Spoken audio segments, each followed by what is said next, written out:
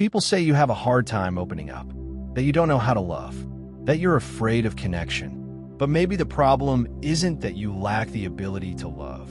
Maybe it's that you've never experienced love that felt safe, that felt calm. Maybe love has always meant pressure, chaos, or proving yourself. And now that something different shows up, you don't know how to trust it.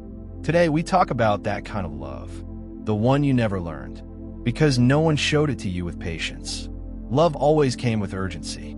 Maybe you've only ever known love that rushed you, that demanded things before it offered care, that asked for full access before building trust. You were expected to give everything fast, to open up, to perform, to meet needs that were never clearly defined. And if something didn't work, you felt like you failed, like you weren't loving right. You started adapting constantly, apologizing for how you feel, worrying you were too much or not enough. That's not love. That's survival in a relationship. And it taught your body and mind that love means tension, effort, emotional debt. Calm love feels strange when chaos was your teacher. After so many loud, intense connections, a peaceful one can feel unfamiliar, almost boring. You question it. Why isn't there passion? Why do I feel distant? Is something wrong? Or is this what healthy feels like?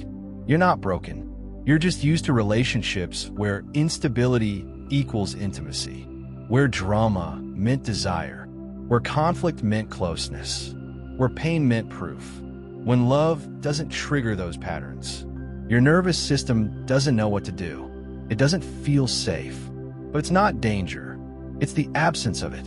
And you're still learning how to relax into that. You're not hard to love.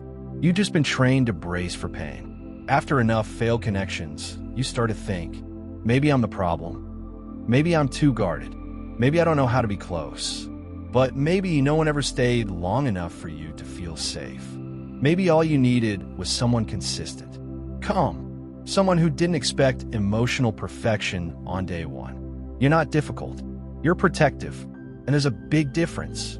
You've learned to analyze, to retreat, to monitor everything. Because past relationships taught you that opening up equals losing control.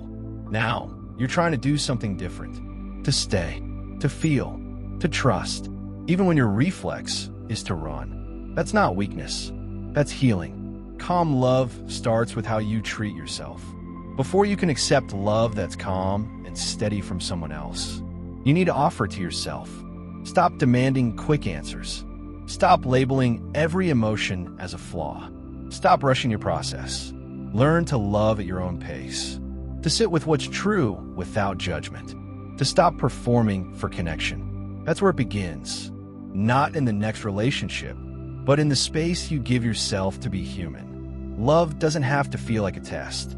It can feel like home, but only if you're willing to stop chasing pain disguised as passion. It's not that you don't know how to love. You just never learned it in an environment that didn't hurt you.